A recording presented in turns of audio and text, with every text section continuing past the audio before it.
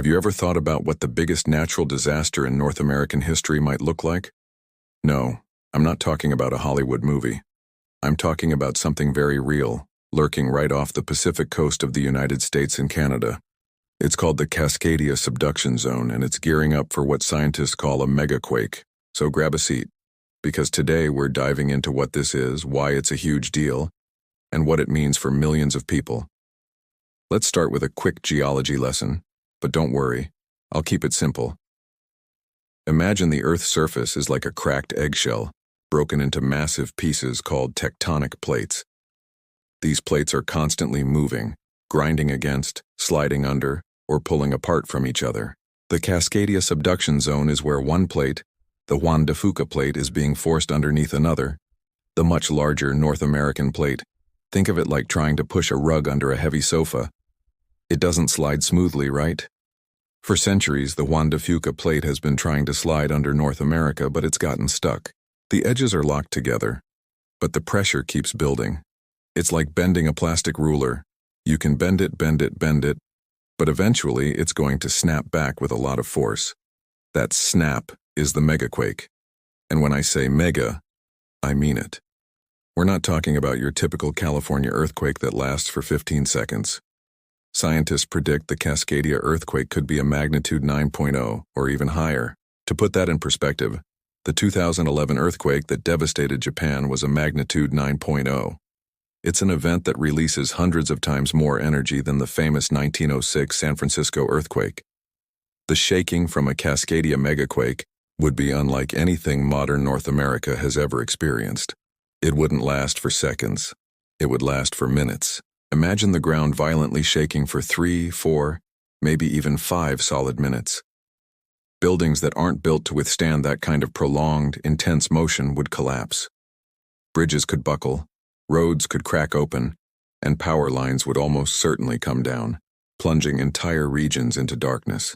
The area at risk is huge, stretching over 700 miles from Northern California, through Oregon and Washington, all the way up to Vancouver Island in British Columbia. This includes major cities like Seattle, Portland, and Vancouver.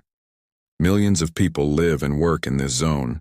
The initial shaking would be catastrophic, but unfortunately that's only the beginning of the problem.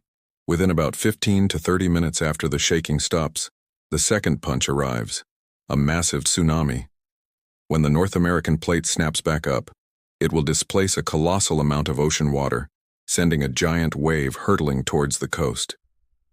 For coastal communities in places like Seaside, Oregon, or Long Beach, Washington, the wave could be dozens of feet high, washing away everything in its path. All the beautiful coastal towns we love to visit would be in the direct line of fire. So you might be asking, when is this going to happen? That's the billion-dollar question. Looking at geological records, scientists have figured out that these megaquakes happen on a cycle, roughly every 300 to 500 years. The last one? It happened on January 26, 1700. We know the exact date because the tsunami it generated crossed the entire Pacific Ocean and hit Japan, where they kept meticulous records of orphan tsunamis that arrived without a local earthquake. Do the math. It's been over 320 years. We are squarely within the window for the next big one. Scientists estimate there's about a 1 in 3 chance of a major Cascadia quake happening in the next 50 years. It's not a matter of if, but when. Now, this isn't meant to be a scare tactic. It's about being aware and prepared. The good news is that people are taking this threat seriously. Cities like Seattle and Portland are working to retrofit old buildings, bridges, and infrastructure to make them more earthquake-resistant. They're updating building codes for new construction so that our future cities are safer. There are also massive public education campaigns. All along the coast, you'll see blue and white tsunami evacuation route signs, pointing people towards higher ground. Schools and communities practice earthquake drills, teaching the life-saving mantra, drop, cover, and hold on. Because during the shaking, the most dangerous things are falling objects. So what can you do, especially if you live in or plan to visit the Pacific Northwest? The most important thing is to have a plan and a kit. Your family or household should have a designated meeting spot if you get separated. You also need an emergency kit. This isn't just a couple of water bottles and a flashlight.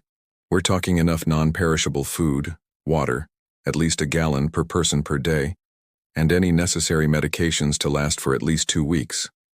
Why 2 weeks? Because after a disaster of this magnitude, emergency services will be completely overwhelmed. Roads will be impassable, so you can't expect help to arrive right away. You need to be self-sufficient. Your kit should also include a first aid kit, a battery-powered or hand-crank radio to get information, and copies of important documents.